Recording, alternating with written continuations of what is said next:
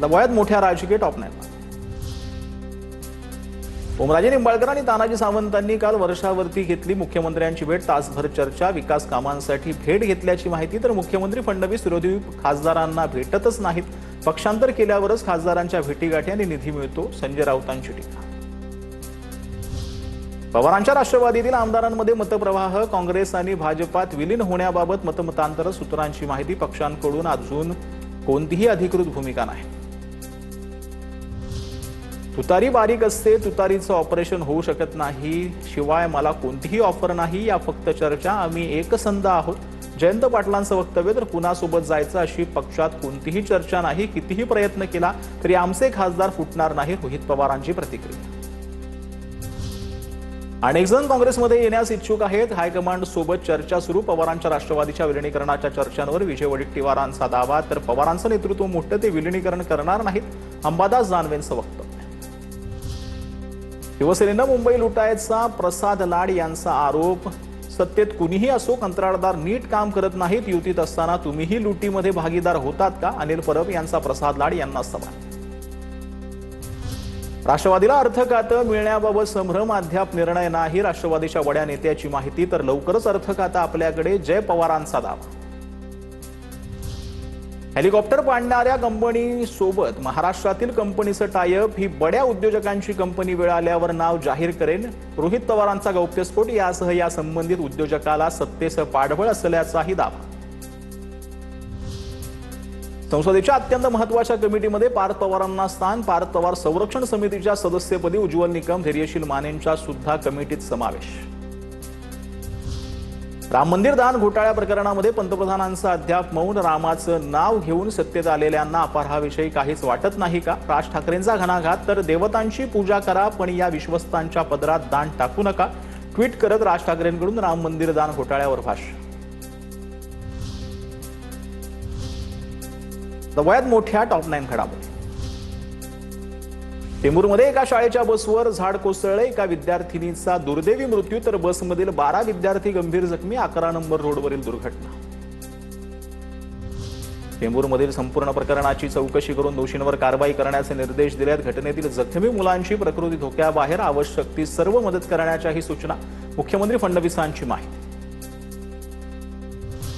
पावसाळ्यापूर्वी झाडांचं ऑडिट केलं जातं, मात्र हे झाड कसं कोसळले याबाबत माहिती घेतली जाईल. भविष्यात अशा दुर्घटना होऊ नये याबाबत सूचना. चेंबूरमधील दुर्घटनेवर उपमुख्यमंत्री शिंदेंचं भाष्य.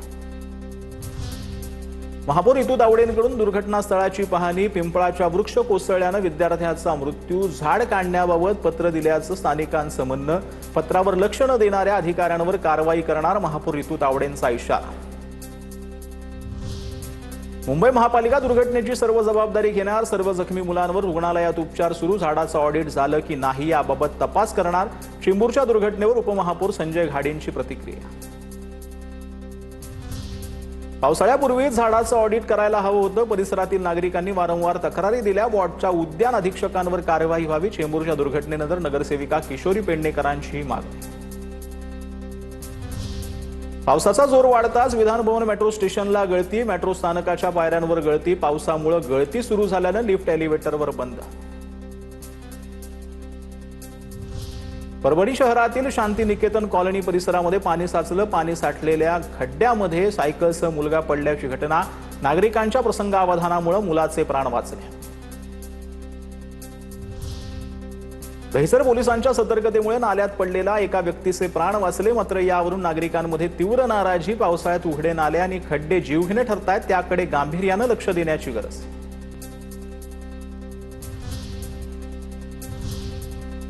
आता वयात राजकीय टॉप 9.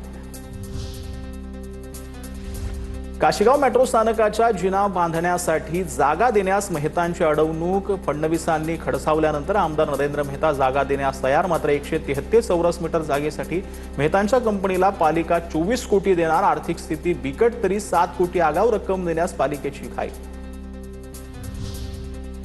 आरक्षण उपवर्गीकरणाबाबत बंदर समितीचा अहवाल.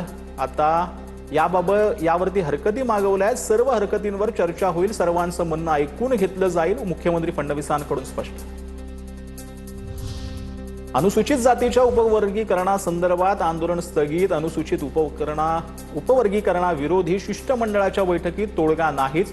उपवर्गीकरणाचा चेंडू आता मुख्यमंत्र्यांच्या कोर्टात.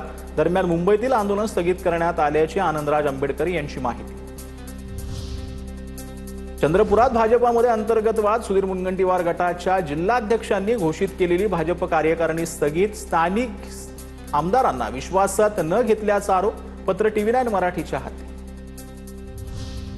राज्यातील सर्व शाळांमध्ये 1ली ते 10वी पर्यंत मराठी भाषा शिकणं अनिवार्य आहे. शाळा हा नियम धुडकावणार असतील तर त्या शाळांवर कठोर कारवाई करणार.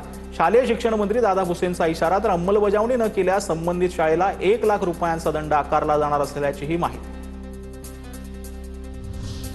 विरोधी पक्षाच्या प्रस्तावावेळी सभागृहात काल रात्री उशिरापर्यंत सुरू. मंत्री सभागृहात उपस्थित असतानाही अधिकारी अनुपस्थित असणाऱ्या अधिकाऱ्यांना कारण दाखवण्याचे आदेश.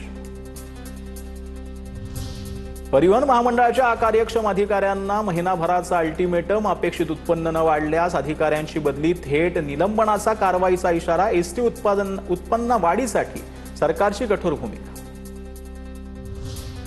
गोकुळच्या 427 दूध संस्थांचं सभासदत्व जे आहे ते रद्द करण्यात आलेलं आहे. विभागीय उपनिबंधक राजकुमार पाटलांनी हे आदेश दिलेत.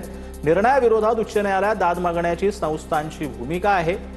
427 पैकी 158 संस्था बंद अवस्थेत आहेत. निर्णय एकतर्फी असल्याचा आरोप.